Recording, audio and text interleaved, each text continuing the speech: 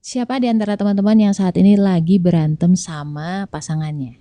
Gimana sih caranya biar kita lebih harmonis dengan pasangan? Karena banyak yang nanya nih, gimana ya Kak kalau misalkan kita tuh punya pasangan yang beda banget sama diri kita? Gimana ya caranya biar kita itu bisa menerima gitu? Jujur Li, ini juga perjuangan yang kita alamin. Kita yang gue di dalam rumah tangga gue. Mungkin di 5 sampai 8 tahun awal pertama. Yang paling parah adalah di 5 tahun awal sih. 5 tahun awal tuh kayak, ya Allah kenapa sih kita ribut? Kenapa dia marah-marah untuk hal yang menurut gue tuh gak penting untuk jadiin bahan marah-marah. Dan sebaliknya, ini tuh gue berhak untuk marah, tapi dia merasa bahwa lu gak perlu marah-marah gitu. Nangkep gak polanya? Bahwa apa yang menurut gue penting dan apa yang menurut suami gue penting, itu ternyata tidak sama. Itu juga yang membuat gue tuh ke-trigger ya untuk belajar lebih dalam lagi tentang kepribadian. Tapi teori hanyalah sebatas teori cuy. Beneran, lu mau S3, S5 sekalipun di bidang teori psikologi, ketika lu nyemplung di sebuah kolam renang, endingnya apa? Ya lu harus menyesuaikan diri. Kolam renang itu kan punya wataknya sendiri-sendiri. Sama juga dengan manusia yang memiliki palung lautnya masing-masing. Asik. Ngomong apa? Gue nggak hanya percaya pada teorinya saja, bahwa gue tuh nggak percaya sama teori sampai gue mengamati itu sendiri. Jadi gue mengamati juga perilaku gue, perilaku suami gue, perilaku teman-teman gue, dan gue mengobserv semua itu. Gue rangkum ke dalam episode kali ini. Semoga bisa sedikit ngebantu kalian lebih memahami diri dan juga pasangan kalian. Karena kunci keharmonisan endingnya adalah apa? Memahami satu sama lain. Assalamualaikum. Gimana kabar lo? Alhamdulillah. Apakah lo lagi ngerasa kesepian atau sendirian? Kenalin, gue Ria Marliana, teman healing lo di podcast Self Healing. Di sini kita bakal ngobrol bagaimana sih belajar berdamai dengan luka, tentu aja atas izin Allah Subhanahu wa taala. Semoga Allah sembuhkan lukamu, ringankan bebanmu dan kuatkan hatimu. Alhamdulillah, keributan itu mulai berkurang ketika gue doang sih sebenarnya. Gue memahami bahwa gue dan suami gue itu memang tidak sama. Baik secara fisik, secara hormon, secara otak, kinerja otaknya itu tidak sama. Bahkan cenderung kutub utara dan kutub selatan ya. Ibarat kata gue sama dia tuh dikotomi. Kanan dan kiri, atas dan bawah, saling berlawanan. Nah, apa aja yang berlawanan? Kira-kira ini nih. Yang pertama adalah gue tuh seorang introvert dan suami gue itu extrovert. Gue adalah tipe orang ketemu orang lain itu pengen buru-buru pakai topeng, kalau nggak ada ember gitu gue tutupin muka gue kayak gue nggak eksis, gue nggak ada di sini loh gitu. Ada nggak sih yang introvert separah itu? Tipe yang ketemu orang tuh auto ngumpet. Nah, sementara suami gue yang mana dia itu ekstrovert itu kudu banget ketemu orang. Kalau nggak ketemu orang tuh bad mood. Nah di weekend biasanya dia butuh main tuh, ya kan? Main ke mana lah, di mana ketemu orang, ketemu teman-temannya, ketemu orang baru, ya kan? Sementara gue yang kalau seperti itu akan menjadi drain, sangat lelah. Gue udah Senin sampai Jumat itu ketemu orang, ketemu customer, gue memilih untuk keruntelan sama bocil, entah gue baca buku, rebahan, ya kan, bikin podcast kayak sekarang ini tuh buat gue tuh healing dan balikin mood banget. Nah gapnya adalah dia tuh merasa bersalah kalau misalkan dia pergi keluar itu tanpa ngajak-ngajak gue. Padahal sebenarnya aslinya gue tuh seneng kalau misalkan dia pergi sendirian aja, nggak usah ngajak gue. Karena gue butuh me time, dimana me time ini tuh tidak ada dia di situ. Entah sejam, 2 jam itu bener-bener yang gue me time cuma sama anak-anak doang. Ya anak-anak kan bukan orang lain ya, itu circle diri gue gitu. Nah win-win solutionnya adalah karena gue perhatiin tuh punya beberapa komunitas kayak camping atau komunitas motor, komunitas Vespa gitu ya. Ya udah gue persilahkan dia untuk pergi bareng teman-temannya dan gue pastiin bahwa gue tuh ikhlas dia keluar tanpa gue. Dan alhamdulillah ketika dia pulang dari acara itu biasanya dia tuh ceritanya panjang bin lebar kayak orang seneng banget lagi menceritakan kesenangannya, ketemu si X, ketemu si Ono, ketemu orang begini, ketemu orang kehabisan bensin. Itu dia ceritain dan itu suatu signal atau sinyal bahwa si ekstrovert ini bahagia dengan aktivitas yang barusan dia lakukan yang bisa mengembalikan energinya. Oke. Jadi lu harus paham dulu nih buat teman-teman yang mungkin introvert dan dia punya pasangan ekstrovert. Dia tuh kadang-kadang merasa bersalah ketika mereka pergi tanpa lo. Coba kamu yakinin bahwa that's fine, pergi aja. Gue akan senang-senang dengan anak-anak. Butuh waktu betul ya. Mudah-mudahan Allah bukakan mata hati kalian biar paham. Karena intinya si ekstrovert itu bisa ngembaliin mood, bisa memperoleh energi ketika berinteraksi sosial, bahkan dengan orang baru sekalipun. Nah, sedangkan si introvert ini kebalikannya, itu akan drain. Bukan berarti mereka nggak bisa, tapi ada masa di mana dia harus menjalani hobinya sendirian. Dan itu bawaan cuy, itu fitrah. Manusia itu beda-beda. Bisa berubah? Bisa. Karena dulu gue pas kecil ekstrovert, pas kecil tuh gue ekstrovert, tapi menjelang dewasa gue nggak tahu kenapa, gimana ceritanya akhirnya gue lebih cenderung recharge energi dengan rebahan di kamar. Nah, perbedaan yang mencolok berikutnya adalah beliau itu golongan darah O, sedangkan gue adalah golongan darah B. Lah, emang ngaruh mbak? Ya kamu bisa cek lah di Instagram @karaktercintagoldar. Di situ udah gue share lah semuanya. Jadi menurut gue di mata golongan darah B, si golongan darah O ini tuh kalau misalkan minta itu kurang gamblang, terlalu sopan gitu. Saking sopannya, kita mengira bahwa dia tuh nanya doang, ya kan? Padahal sebenarnya di setiap tanya itu terkandung suatu maksud, ya. Hah, gimana sih maksudnya? Contohnya gini, ketika dia nanya, Mama nggak makan. Nah, kalau misalkan orangnya polos nih, para golongan darah B yang masih sangat polos, itu pasti akan jawab belum atau enggak, ya kan? Mama nggak makan, enggak. Padahal golongan darah O, ketika nanya kayak gitu, dia tuh maksudnya adalah dia ngajak lo makan gitu loh, kayak yuk makan yuk mah gitu. Bahasanya harusnya kayak gitu kalau sama golongan darah B. Tapi kalau golongan darah O memang nyuruhnya itu dengan bertanya. Contoh yang lain adalah Mama nggak pengen jalan-jalan. Itu berarti dia ngajak keluar, ngajak jalan-jalan. Dan ketika dia lagi diem gitu ya, ditanya apa, diem, ngambek, menjawabnya seperlunya, itu berarti dia butuh diperhatiin. Nah, kalau misalkan pasangan, kadang-kadang butuh perhatiannya masing-masing nih. Ada yang ditanya, kalau misalkan cewek golongan darah O pengen ditanya, kamu kenapa? Kamu capek ya? Gitu kan. Kalau golongan darah O cowok, udah to the point aja, langsung aja pijitin gitu.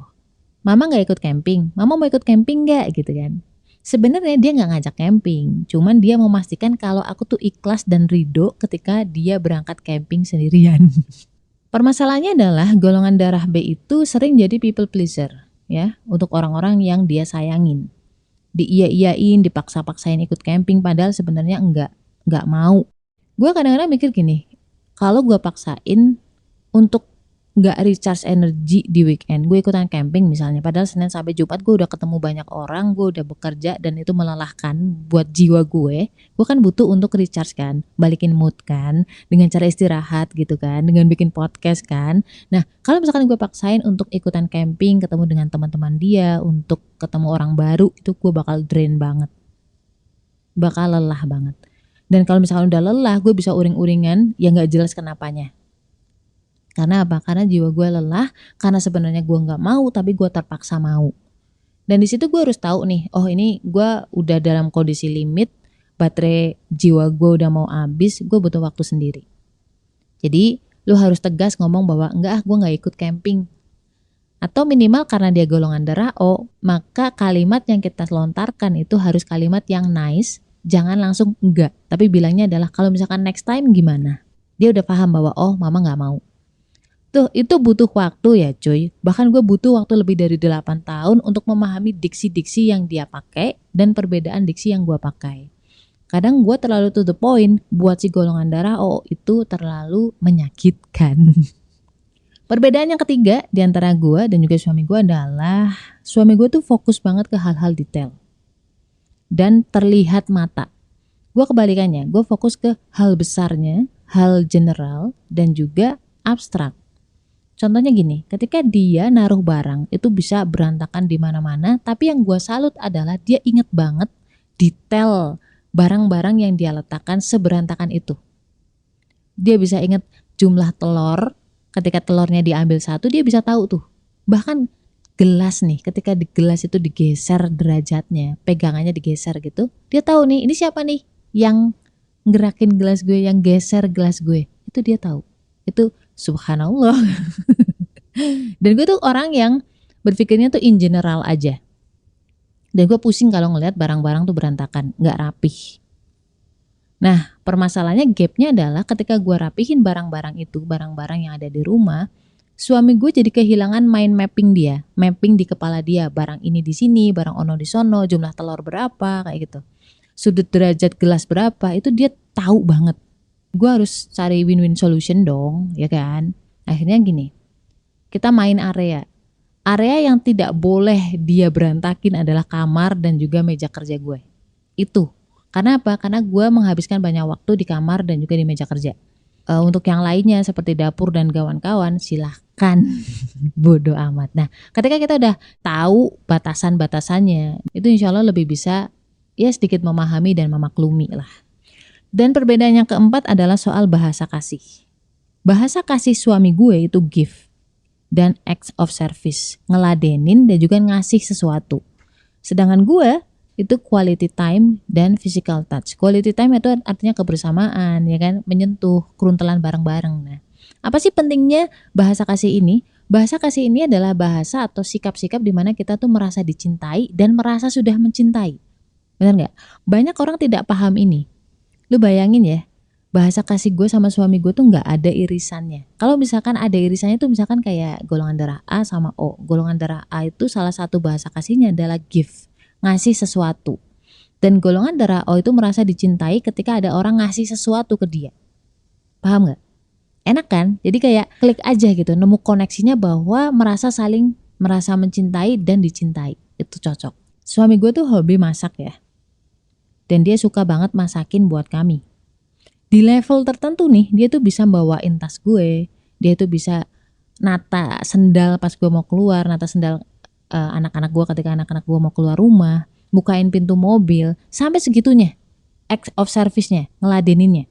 Berapa orang bilang bahwa oh so sweet ya gitu. Karena bahasa gue bukan act of service, ya gue biasa aja gitu, ngerasanya bahwa ya biasa aja, gue kan nggak perlu dan nggak terlalu membutuhkan diladenin kayak gitu, paham nggak? Emang dari dulunya gue mandiri. Nah, karena gue paham bahasa kasihnya dia adalah act of service, sesekali menerima dan sesekali bilang makasih, itu sudah bagus banget loh buat dia. Penerimaan dia tuh kayak, oh ternyata servis gue tuh dihargain. Makan apa yang dia masak itu juga merupakan penghargaan buat dia. Effortnya dia tuh kayak dianggap gitu. Nah di sisi lain dia juga harus merasakan bahwa dia dicintai. Ketika gue keruntelan sama dia atau bareng sama dia itu, dia merasa biasa aja. Karena apa? Karena bahasa kasih dia bukan itu. Karena gue tahu bahwa bahasa kasih dia adalah gift, kadang-kadang gue beliin dia sesuatu yang walaupun endingnya nggak dia pakai juga. Entah beli celana kekecilan, sepatu kegedean gitu kan, yang akhirnya dikasih ke orang juga. Tapi at least kita ngasih sesuatu gitu, kita membelikan dia sesuatu. Dan dia merasa dicintai. Ini penting banget loh teman-teman, karena bahasa kasih ini tuh kayak lu paham apa yang pasangan lo butuhkan dan apa yang lu butuhin dari pasangan lo. Nah terus mbak, gimana cara mbak Ria merasa dicintai dong kalau kayak gitu? Sederhana, gue butuh orang ketika gue tuh pengen ngomel, tuh ada orang itu gitu. Jadi ketika gue pengen ngomel, gue lagi bete, gue butuh didengerin, gue tepok nih tangan si suami gue bilang, aku mau cerita. Dengerin aja, cukup didengerin aja, nggak usah ngasih apa-apa, nggak usah ngasih saran. Suami gue naruh handphone, matanya ngeliatin mata gue. Udah aku ngomel-ngomel, bla-bla cerita-cerita, akhirnya sampai plong, selesai, gue bilang udah. Terus dia nanya balik, udah gitu doang, udah kelar, udah. Dia balik lagi nonton HP. Tapi di situ kebutuhan gue untuk didengerin orang, ketika ngomel-ngomel udah ada orang yang mau dengerin gitu, udah cukup buat gue. Dan yang terakhir adalah media untuk berkomunikasi. Media untuk berkomunikasi itu kan sebenarnya 3, yang terkenal tuh 3, yaitu visual, auditory, atau kinestetik. Dan suami gue tuh paling kuat di visualnya. Jadi nih ketika gue menyampaikan informasi, gue ngasih taunya dengan cara ngomong sama suami gue. Nanti seminggu kemudian atau sebulan kemudian ketika gue ingetin lagi nih, si dianya yang bilang gini, emang mama pernah ngomong gitu? Kapan mama ngomong kayak gitu? Kesel gak sih? Padahal kita udah ngomong. Kita masih ingat karena kita pasti ingat dengan apa yang kita omongin. Nah, sedangkan suami tidak mengingatnya karena dia lemah di auditorinya. Nah, untuk menjembatani gap semacam itu, ketika gue menyampaikan sesuatu, gue memilih untuk menunjukkan, kasih lihat, jangan diomongin, dikasih lihat. Nah, sebaliknya ketika dia ngasih tahu gue, ya kan, ngasih tunjuk nih misal sesuatu, gue tuh kadang-kadang diem dulu, terus gue tanya balik, gue diskusi, gue ngobrol. Biar apa? Biar gue ingetnya lebih lama gitu.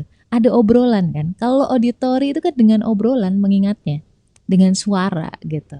Nah, ketika kalian paham perbedaan-perbedaan semacam ini, mudah-mudahan Allah kasih kita tuh kemudahan, ya kan? Jadi sebelum kita ngomongin tentang perbedaan-perbedaan itu, poin paling penting adalah kita harus tenang dulu. Bagaimana kita bisa tenang? Kita minta sama Allah dengan doa. Robbana hablana min aswajina wa dzurriyyatina qurrata a'yun waj'alna lil muttaqina imama. Ada di surat Al-Furqan ayat 74. Artinya, ya Tuhan kami, anugerahkanlah kepada kami pasangan dan keturunan dari kalangan kami sebagai penenang hati. Mungkin penjelasan gue terlalu lebar. Silakan komen di link di bawah itu. Oke? Assalamualaikum warahmatullahi wabarakatuh. Kenapa sih golongan darah B itu pelupa? Susah banget ingat nama. Orangnya juga cuek, gak pekaan, gak perhatian. Kenapa coba? Bedah itu semua dari buku cerita tentang karakter golongan darah B dengan judul Beauty in a Beast. Order sekarang, link di bio ya.